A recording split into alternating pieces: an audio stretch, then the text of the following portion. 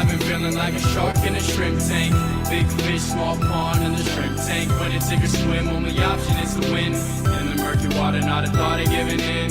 Welcome to the shrimp tank. Want to put it all together, this is big thanks. Doing big things, we ain't in the same league. Running a campaign, Roadie 2016. Like a phone to die, putting me in charge. I'm a general, from the front I'ma lead the charge. Like a federal, fell on my lap never. Going hard as ever. Good afternoon, everybody. Welcome to another episode here on the Shrimp Tank, powered by Celsius Beverage. Reminder, if this is your first time tuning in, you catch all these amazing episodes up on our website, shrimptankpodcast.com. This is where book smarts and street smarts collide, where we do this in collaboration with the Florida Atlantic University, their Adams Center for Entrepreneurship. Kevin, what is going on in FAU before we get into our guest today? Well, not a ton last week. Do you still remember how to do the shrimp tank? It was spring break, so campus was dead. It was a good time to get to work, but we got our major events, our signature events coming right down the pipe. The business pitch competition with 4 unique tracks, including our venture track, student track, veteran track, and our new ocean economy track. So that's going to be on April 1st. We hope everybody will come out and see everyone pitch their business ideas. Then 2 weeks later, on April 14th, we'll have the Maverick Innovation Award celebration, which should be fantastic. We have Melissa Medina as the keynote, and that is when we're going to announce the winners. That's pretty cool. Yeah, good things going on around here. You're a busy always. man. You're a busy man. Yeah, speaking of, so let's get right into the show. Victor, welcome. The first thing we do on the show is we let you introduce yourself by delivering an expert elevator pitch, something we want all our students to be able to do just on the spot. So we show them how to do that by putting you on the spot. So take 60 seconds and tell the class and the listeners and the viewers what you're all about. Awesome. I'm Victor Arocho. I'm an international business consultant. We help companies scale smarter and faster. We do that by providing remote workers from 25 countries and 60 locations. We're in Latin America, South America, Spain, Philippines. And all we need is a job description. They're remote workers, job description.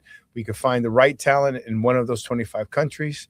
We specialize in 50 plus industries. I particularly specialize in personal injury law and revenue cycle management for hospitals and clinics and primary physicians. And those are my key positions there. So just think about it. Give me a job description. I can find you the talent in 25 countries. Wow, fantastic. Well, Jason, you want to meet our student guests today and then kick off with a little game? We've got Becca, potentially the next top intern for the Entrepreneurship Institute here at Florida Atlantic. Becca, why don't you introduce yourself? Hi, I'm Becca. I'm an economics student. I'm also studying operations management. I'm excited to be here. I'm going to put a bet out here that Becca's going to beat all of us today. We haven't had a student beat us yet, but I think today Becca's going to do it. Okay, so every week we got to play a game show, Victor. So we don't know what the game show is. So Sam, come on up, explain what this show is all about, and he's going to announce a winner at the end, of course. He's got a smile on his face. The winner gets a couple extra Celsiuses, okay? Yeah, Perfect. Jack me up. Okay, so the game show today is going to be called Know Your Number. It's going to be a little bit of business history. There's going to be 3 option choices. You guys all have buzzers. So if you think you know the answer, you're going to buzz it, and whoever gets the question right, whoever buzzes gets to go first. If you get it right, you get the point. If you get it wrong, the next person to buzz will be the person to get the question. Okay. Easy. Got it. Okay, I'll even throw an extra $100 in your OWL account, whoever wins. Ooh. Okay, I'll spice it up, not only Celsius. Okay, let's go. All right, so let's start with question number 1.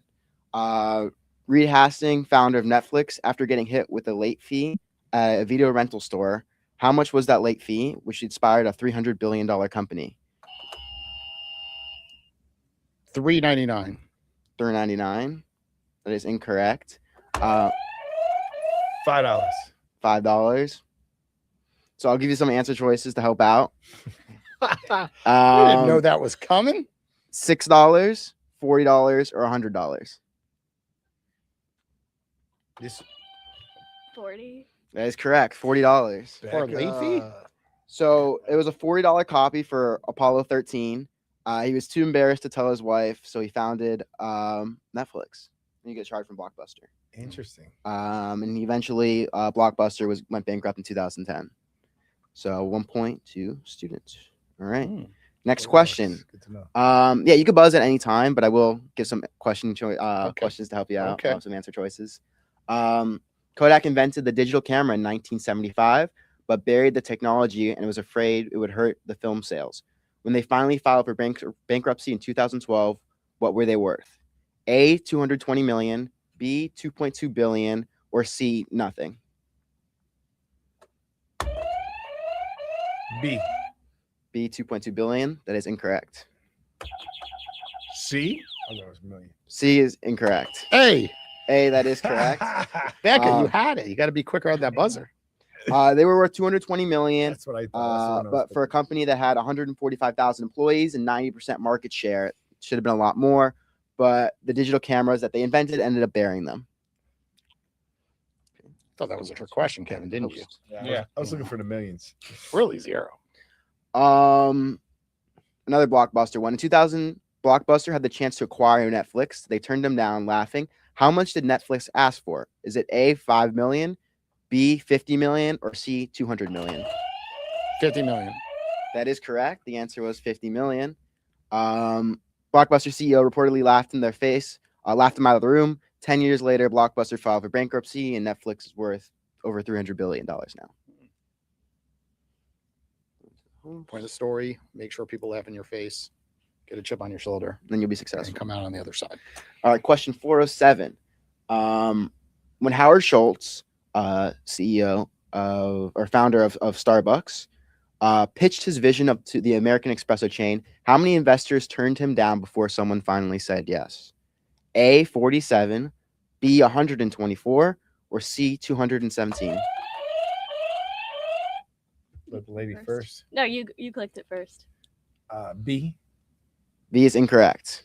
I was Becca. gonna say C. C is correct. 217 investors said no before Schultz raised enough to open his first Starbucks store. She's on the board. She's got 2. Currently, it is tied 2-2. Are you playing 2? Yeah. He's not that. I'm Kevin's not falling that. behind. I think I might Kevin's just not that team good up at with these Becca. games. Man, hey, listen, entrepreneurship's about risk, man. You got to hit that button, baby. There you go. Question 5 out of 7. When Facebook acquired Instagram in 2012 for $1 billion, how many full-time employees did Instagram have? Was it A, 13, B, 52, or C, 148? 52. 52 is incorrect. C. 148. C, 148 is incorrect. Hey.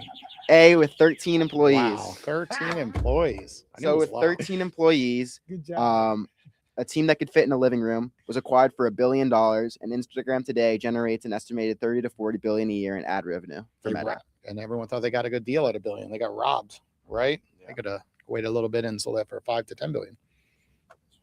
Professor on the board. Got to know when to sell, baby. I know. Take the money and run. Question number 6. Before Amazon was a tech giant, it was a bookstore. In its very first year of operation, how much revenue did Amazon create or generate? A, $500,000. B, 2.1 million. C, 8.7 million. $500,000. That is correct. $500,000 in 1995. I've heard that. All from books sold out of Jeff Bezos' garage. He predicted a 78% chance the company would fail, and Amazon did $500 billion in revenue in 2023. Okay, Becca's in the lead, I think. Uh-oh. Right? Is that Yep. 3-2? 3, 2, 1. Okay. Last question. We'll make this worth 2 points. All right. In 1997, Apple was 30 days from bankruptcy. Microsoft stepped in to save them. What did Microsoft do? Did they A, buy 15% of Apple for $150 million and committed to making Microsoft Office for Mac for 5 more years? B, gave Apple $500 million interest fee loan in exchange for cloud licensing rights? Or C, acquired Apple's hardware division and handed Steve Jobs full control of the software? C. C is incorrect. B. B is incorrect. A. Oh, wait a A second. I is hit my correct. button. Wait, Victor got it. He got it. His butters didn't work. He got it. No, I hit it. That means I a hit it. tie. It's Victor Hey. and Becca, 3-3. They go to a tiebreaker. Okay, All you got a tiebreaker question? So Bill The Gates guest versus the student. Bill Gates appeared on the giant screen at an Apple conference and announced the deal, and the crowd booed. But now Apple is worth more than Microsoft. Okay. So We need a tiebreaker, and only them two can answer, of course. give me 1 second. I guess And there is as a reminder, 5 Celsius is on the line and $100 of Owl credit. Ooh-wee. That's in a room that started at 13. He's got to ask ChatGPT for the next When one. Snapchat was just 2 years old, Mark Zuckerberg offered to buy it. Evan Spielberg turned him down. How much was the offer? 1 billion, 3 billion, or 6 billion? Becca, go for it. Someone go for it. You guys, someone has to ring. C. C, 6 billion is incorrect. Becca, for the tape. 3 million. 3 million is correct. The winner! Win. Spielberg was 23 years old when he said no to the $3 billion offer. Snapchat went public in 2017 at a $24 billion valuation. Most people consider it the worst decision in Silicon Valley history. Spielberg disagrees. Okay. All right. Awesome. Nice job.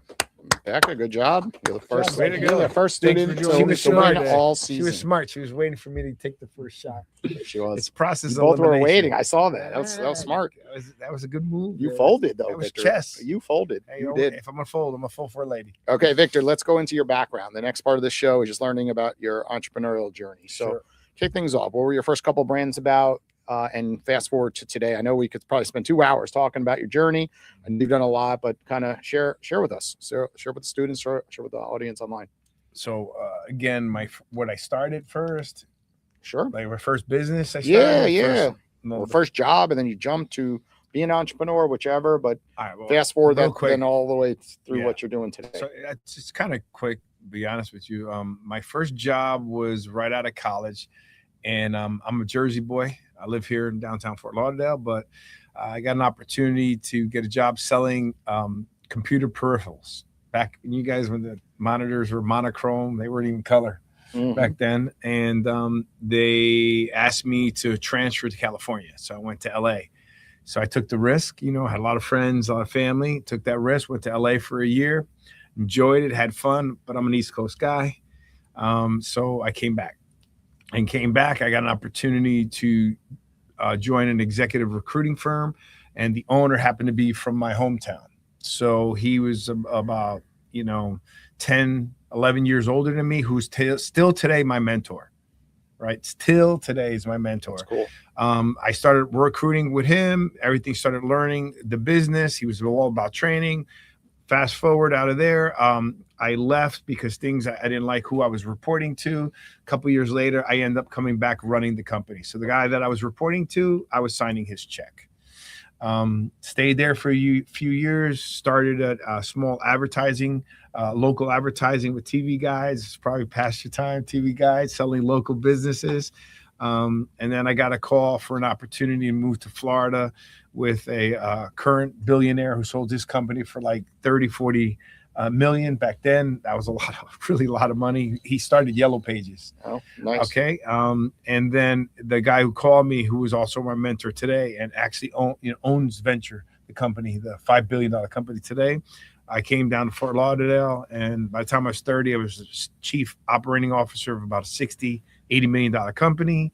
Just expanded from there, decided to go on my own. I met with a partner. We raised $16 million in 2008. Started our own carrier, auto insurance carrier. So if you ever see like Estrella Insurance or one of the insurance companies out there, that was our Sure. distribution channel. Oh, nice. So we were the guys that paid the claims. And crazy time, 2008, right? In 2008, when nobody wanted to give money. It was a great quick story. I was on my flight to Atlantis, the Bahamas. I was getting texts from my partner, 1.2 million, 2.4 million, 3.7. As we landed, $16 million in our account, and we were the only signers. So his dad was like, man, I'm these hoping guys that are happens to crazy. me tomorrow. That's where I'm headed on a flight. So built that company up to 40 million.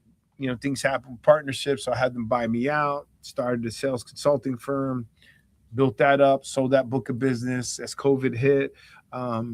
Then, an opportunity came with Solvo Global, which is my same mentor. He said, hey, Vic, we started this company, Columbia. Why don't you come on? You know enough business. Why don't we get started? And I'm at a point in my life that I don't really want to deal with all the issues and stuff and reporting. So I'm an international business consultant, having fun, growing businesses, able to do things like this. And, I'm flying to Costa Rica at the end of the month. I go to Cancun. They're all business related trips. So I'm kind of enjoying my life right now. An empty nester, live downtown Fort Lauderdale. and I can't, life's been pretty good. Yeah, that does sound Yeah. pretty good. What an interesting background. So there's certainly some similarities, some overlaps, some synergies across the different industries that I can see. But generally speaking, it's pretty diverse, right? So what would you say, what is your asset that's enabled you to be successful across a series of different industries, right? From recruiting to insurance to now staffing, which kind of relates to recruiting, but you're doing something totally different. How have you been able to do that? Great question. How have I been able to do that? Be a student of business, right? That's the deal. Understand organizational charts, right? If you could think horizontal and you could think vertical, you could solve pretty much any situation in a business, right? So remember, everything that you want to fix in an organization, you got to make sure it doesn't affect the next department. So let's say I have this phenomenal idea in sales that I want to pay our people a lot faster. I want to pay our clients a lot, like the insurance agents, a lot faster. Awesome idea. But if that burdens the accounting department, we may be losing money, right? So understand organizational charts. You don't have to know how to do accounting. You don't have to know how to do customer service or operations, but understand how one affects the others. So that's one, be consultative. I understand that. And then two is apply what you learn. Knowledge is power, but it's worthless if you don't apply it.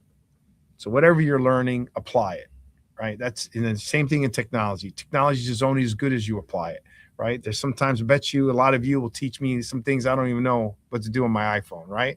But once you teach me, I'm going to do it 15,000 times, and I'm going to learn it. It's interesting you say that, because this is an entrepreneurship course, and I'm sure all my students are thinking, hey, that's actually what we do in here. It's very much applied. They all start sort of micro ventures, or at least develop business models. They have to do entrepreneurship as opposed to learning about it, studying about it. Yeah, we learn some stuff. I try to teach them some things too, but I argue that they learn more by doing it. Yes. And applying the things that they have been taught or that they've learned on their own. Yes. Is that a question, or should I answer? No. Okay. I can make a comment on that, though. Yeah, go for it. When you apply, make sure you're documenting what you do. That's the ability to scale. Yeah. You understand? So now you have way better tools than I ever had. You can dictate, you can put in voice, whatever you're doing, do it, write it down, and then move on. And then the other thing is, take someone that doesn't even know your business and say, hey, I want you to follow this process. See if you could do it.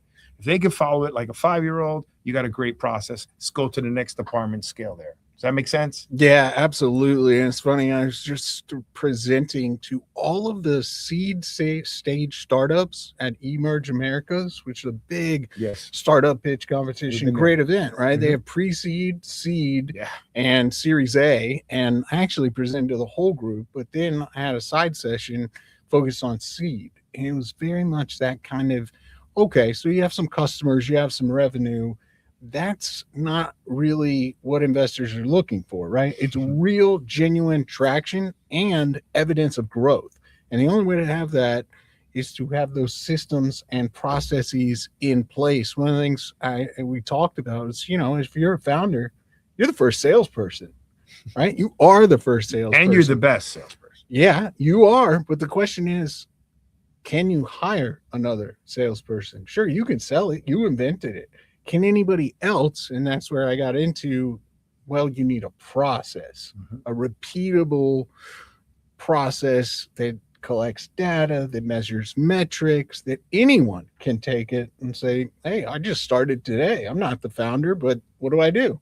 And you can package that and say, you do this. And if they can sell it, then you're on to something. Exactly. The reason why entrepreneurs can sell better than anyone is because you're vested in it. It's not because you're just the best salesperson, right? It's because your money's behind it. But for you to scale, you need the processes and systems and be able to let things go. Biggest thing with entrepreneurs, we're ego freaks, right? We're control freaks, right? We want to do everything. No one can do it better than me. Well, you know what? You're not going to grow. So someone's 110%, maybe you're 85%, that should be acceptable. Just help them, mentor them, and make sure you're being mentored. Okay, we have this nice banner behind me, right? And I run a business, Owl, right? I'm also a financial service professional, also run the Shrimp Tank. My email box is full of talent solutions, recruiting firms, HR. So I see it every single day, and they all start looking very similar. So my question to you would be like, what differentiates your brand through all your competitors? Right? You guys are very successful. You guys obviously do things a lot different than your competitors. So kind of share a couple items that are different. Great question. Well, I could tie it to both of you, right? Yeah. The biggest challenge as an entrepreneur, again, is to release work, scale it, and reduce the labor to its lowest economic value, right? You want to be profit per employee. We're a nearshore, offshore company. Nearshore means we have locations, our headquarters in Latam is in Colombia. Okay. Colombia is 3.5 hours away. You can get to Colombia faster than you can get to California. That's nearshore. Offshore is our office in the Philippines or India. That takes you a day and a half. Or in Kenya, it takes you a while to get there. That's the difference, right? What separates us is look, I'm going to tell you what you're going to use to hear the word, which I don't like. It's virtual assistants. These are virtual assistants. We're staffing. We could do staffing stateside and so forth. But I like to call them remote workers because they work dedicated to you for you. So Sam, you have Sam Incorporated. They're going to work for you, but with a manager, with an operations person, and they're going to work in a location, right? But they're going to work under your banner. They're going to come to work like they're working for you. They're bilingual. They're educated, and we could save anywhere from 50 to 60% of what you'd spend here. Now, I'm not looking to take U.S. positions. What we're trying to do is make your company more productive. Imagine if you could take things off your plate that you have to do in school and you could focus on the studies. Wouldn't that be a help? Now, obviously, we can't do that for you. But my point is, think of the things you do in life that if I could take that off my plate, I'd be more productive. As an entrepreneur, as you scale, start moving things away. First thing you should have is an admin assistant.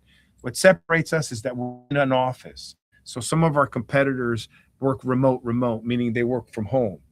So some of our competitors, you hear chickens and roosters in the background. Maybe they're not as productive as home like we are here. So that's what separates us. And I'm in 25 countries. Yeah, which is important, right? When I run my mobile app Owl, right? If I have my developers, overseas, like you're talking about, I wake up, I only get a couple hours of work in the day, and then they're done. They're going to bed, right? And some people don't like that, and they rather work with developers in Brazil, as an example. Same time zone. So I completely appreciate what you're talking about. But then you could have your business running 24/7. People don't realize this, right? You want somebody to market for you. And let's say they're doing it on LinkedIn or Instagram or my app, Owl, right? And sending DMs, doing things that, it's copy and paste models or with AI or creating video content. Literally, it's good to have somebody overseas. So you wake up, it's all there. You're like, oh my God, I went to bed and I woke up with 12 videos edited for the Shrimp Tank, as an example. So it really is unique to have both worlds sometimes. And lots of entrepreneurs think kind of sometimes narrow, where they're like, I only have a 12-hour day, right? Where this is where I get things done. But by partnering with brands like yours, right, there is more ways, of course, to stay more productive. Exactly. So we're pretty much 24/7. If you think about it, right? We could be in India and the Philippines. Also, just like in the United States, right? You're going to have different talent in different areas. Silicon Valley, New York may have different talent. Florida may have different talent. We have different talent in our countries, right? From engineering to accounting. Each country is going to have its specialties, right? Like we have sales development reps, out of Argentina. They're wolves, right? They may not do a good fit in another country. So how do you actually bring in clients though, right? That's the hardest thing. It's like, okay, you have the talent, right? Because you're recruiting on both sides, right? You need the talent, but then you need businesses like me then say, hey, yeah, I do want to go down this road, right? I'm getting 30, 40 emails a month saying, hey, look at these services that we could provide. So how do you get through to people like me? Well, the number one thing that you need to do in generating business is have a cadence. I don't know if everybody understands what a cadence is. Cadence is a sequence of events that you have to do over a time frame to get the result you want, right? So the first one may be an email, and it's the law of familiarity. Anybody watch the Super Bowl, right? Okay, who bought right off the bat because you saw an awesome commercial? That's making you familiar with the product, right? So you may start off, and there's different cadences for different types of positions, right? I could give you 7 different cadences. One would be an email. Then 2 would be a phone call and a voicemail, then an email. The other thing is a LinkedIn connection. Another thing is posting on your social media. The other thing is making a comment on someone else's social media and staying and following them. So you're going to do this sequence of events over 14 days, 21 days, 30 days.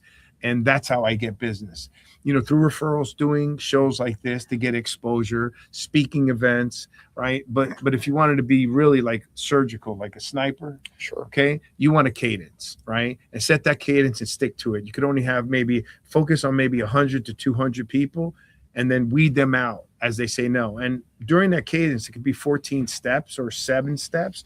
Somewhere along the line, you're going to close someone, they come out of the cadence, and then you're going to close someone on the 14th time, right? But stick to the cadence. I right? love that. Yeah. So often people That answer shoot your one. question? Yeah. They send one email and be like, oh, it doesn't work. They give up. They I'm spray like, and pray. you have to send an email every single month. You have to, call them, get hung up on a couple times. And then sometimes on that 14th time, they're nice to you. They're in a better mood. And all of a sudden they're listening, right? The other times they were just screening you. And I completely agree. I've been in sales, and marketing my entire life. And Kevin, actually just renamed, why don't you mention that, the FAU Adam Center and everything with the Institute, because you're just starting to do these drip marketing emails actually to find a big sponsor, correct? And it's all around the same subject, of course, with new branding. Yeah, absolutely. And kind of folding everything under one brand that we have here in the entrepreneurial ecosystem under the Entrepreneurship Institute is going to be the strategy. So that's going to enable clear, singular, focused communication across the various sub-brands, right, within that domain.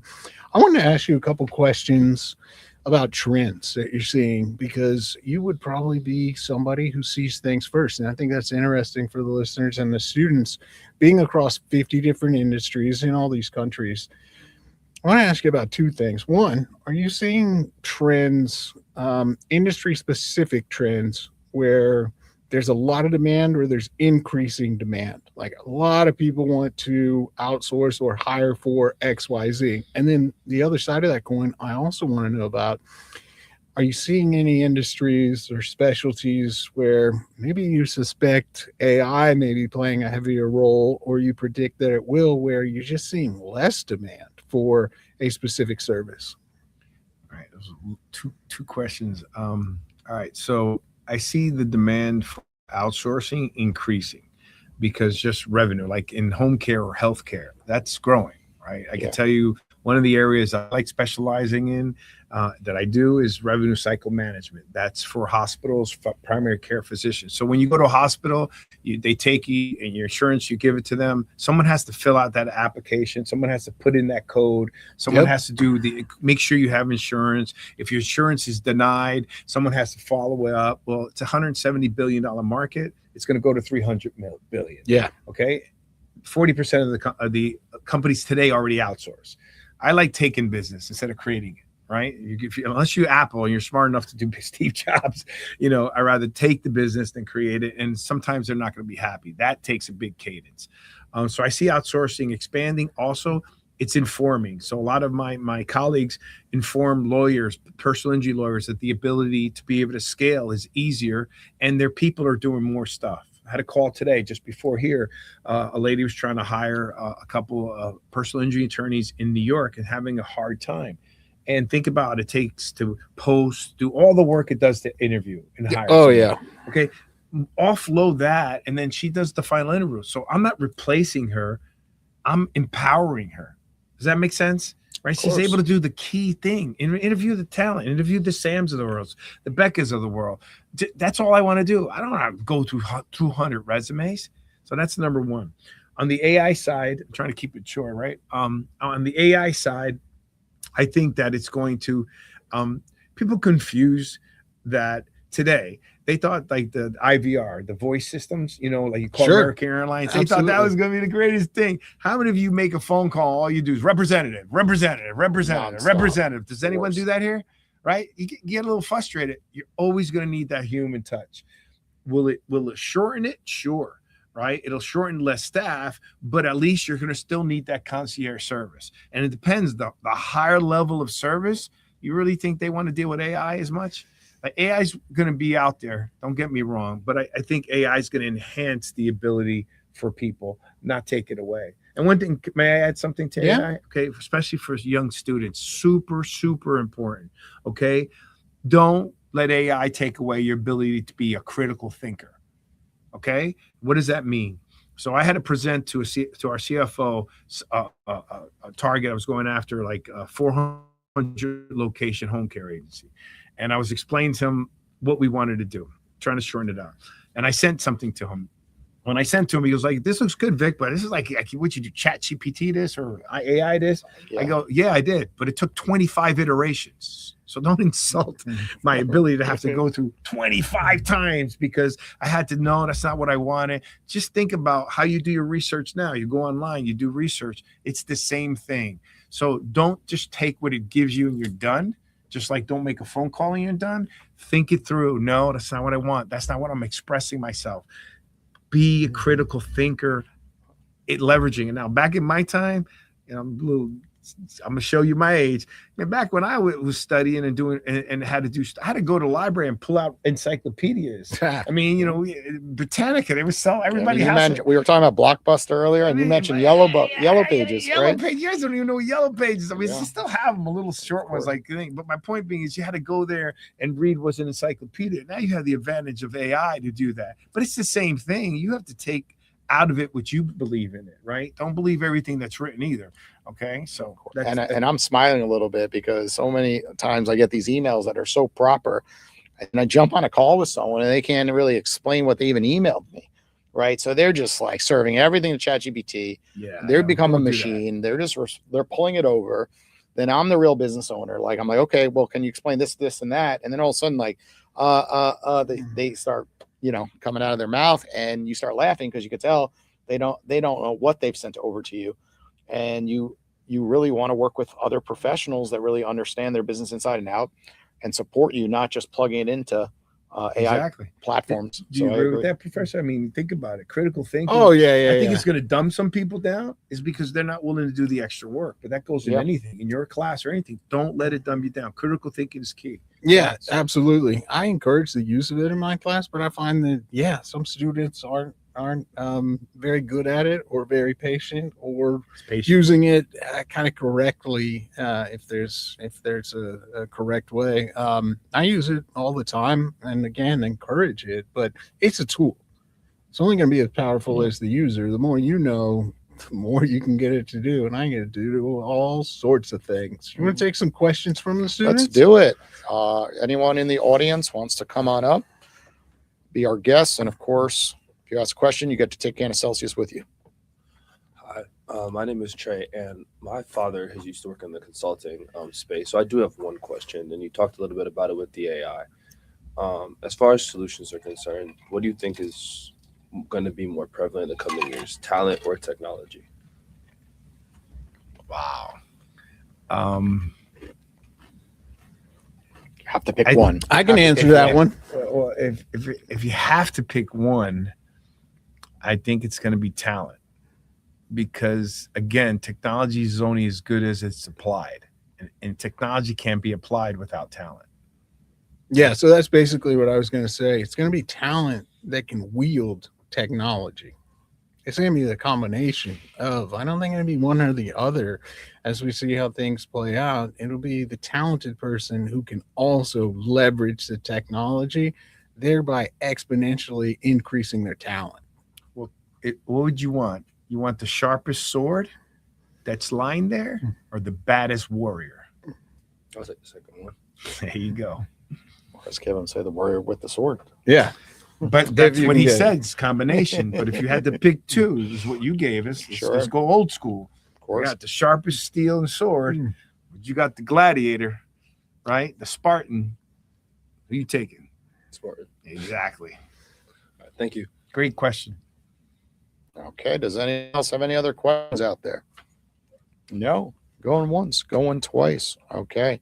Guess no one wants Celsius today. No, They had enough on spring break. if you don't mind. Yeah, let's hear it. Let's hear All it. right, so I'm going to tell you how I use AI. I use AI obviously for business, for thoughts and things I want to do, how to respond properly to an email that I like the way I want to do it. But I'm going to give you hacks. I use AI as a stylist. I literally take a picture That's hilarious. of all my clothes, all my suits, Kevin's gonna love this one. all my suits. Oh, yeah. I took a picture Style of guy. I took your what Stephanie sent me. Okay. This is where I'm going. I'll be teaching at this school. Here's my clothes. What's the best thing I should wear for a college atmosphere? That's and funny. this is what gave me.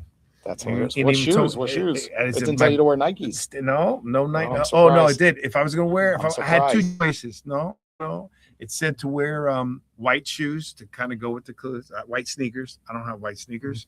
I have Hokas, but I'm gonna get me a pair of white sneakers. But it told me to come in, walk in with my It's funny. sunglasses, styling, and told me what to wear here. Now you have to have your clothes, right? But I'm just telling you, there's ways to use AI differently than just for school. You want to go out. You want to go out, and gentlemen, the women know how to dress way better than us. All right, but gentlemen, you want to impress a lady or take her to a place. I'll tell you where to take her. It'll tell you what to wear. You want to be That is hilarious. You want to be the For Mac dating. walking into a room. Literally Yes or no? saying, based on this You want- person's you want to say, profile, where who should is I that- take her? Who is that guy? Who is that guy walking into that room, right? Ladies, you already got the style and grace, so it's a little bit harder. But for the men, if you're into that, I'm just telling you, I like it. I like to dress well, but sometimes I wouldn't wear brown and gray ever in my life, and it seems to work. So AI as stylist. That is AI a as a unique use stylist. case. Yeah. All right. Kevin, this might be a new section of our show, right? Because everyone talks about AI, but no one actually talks about executing I so execute. much. Man, I have Like all my they clothes. always say I use it for emails and responses. Nah, Yeah. you can Okay, use give me it your hack, Kevin. What's your best hack so far with AI? Mine isn't really a hack. It's a little bit of hard work, but if you have the content, and I do, being a researcher and professor, is a custom model that's trained on you and your content, having had written, I don't know, hundreds and hundreds of thousands of words and research papers, right? And then in addition to having, it's not as fun as his, it's kind of No, lame, right? it's So it then you is- have it the is. custom model for that. But then you can have custom threads where you also build in custom models for specific tasks. So this will enable you to shorten your prompt because Okay. it's trained to do XYZ, right? Sure. And it has all the information in the memory. You can just go, thereby making it even faster. You don't have to say upload, so you could take your entire, let me bring it back to something more interesting. Here we go. You can create a custom model and thread that has your whole wardrobe. If you were to take pictures of each piece, That's what I did.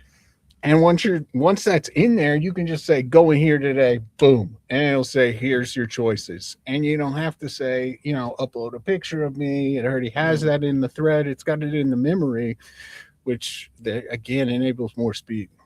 I also use it for as a nutritionist. Oh yeah, I've done I that. put my size. It tells me what protein every single day. I know what I'm eating. I know where I'm at. I lost 15 pounds in 7 months, something like that. Purely, I'm a pound away from when I was 22, when I was your age, Congratulations. and I'm not your awesome. age. That's awesome. Which So is why you have so much energy, right? Right, I'm I sure got energy. you have I more got- energy now than you did 5-10 years ago, right? Because you feel good. Yeah, I feel good. And you're Yeah. less- yep. And I have a lot. I always had a lot of energy. I'm Sure. crazy. That's awesome. We should not give you more Celsius. That sounds like I haven't Okay. had one yet, but Celsius is Okay, good. I'll keep my hacks a lot quicker. I saw this actually recently, and I tried it at work. You take a picture of a menu, right? It has just the items on it, but you want to see sometimes the pictures, of course, what that really looks like. So you take a picture of a menu and say, create images of all the food on the menu.